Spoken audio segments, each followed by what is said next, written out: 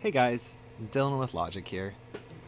In today's video, we're going to go over one of the ways of checking your CloudCoins for authenticity. Start by going to cloudcoin.exchange, and you don't need to enter .com at the end. When you get to the website, you'll notice right away there's a graph showing the current CloudCoin trade price, and this will be updated regularly. I want to point out at the bottom of the page, there's the contact information. First off, we have the exchange master.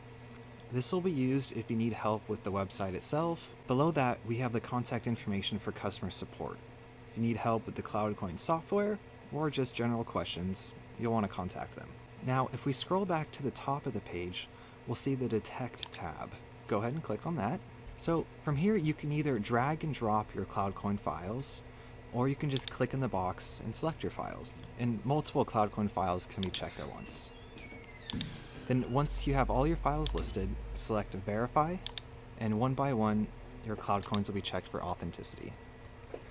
After it's done, you'll see a breakdown of how many CloudCoins are valid and how many are counterfeit.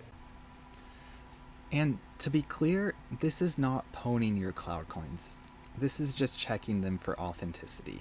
You will still need to pwn your CloudCoins, which I'm going to do right now. So I'm going to open up Consumers Edition here, and then go over to Pwn New, and then now select the file location, which is my desktop. I'm going to select the file, hit open, and it'll just take a few seconds here, but the 250 will pop up in my bank, see it right there. I'm going to go back to Pwn New, repeat the process, hit open, and now I have 500 in the bank. And that's it, guys. If you have any questions or future video requests, leave them in the comments section.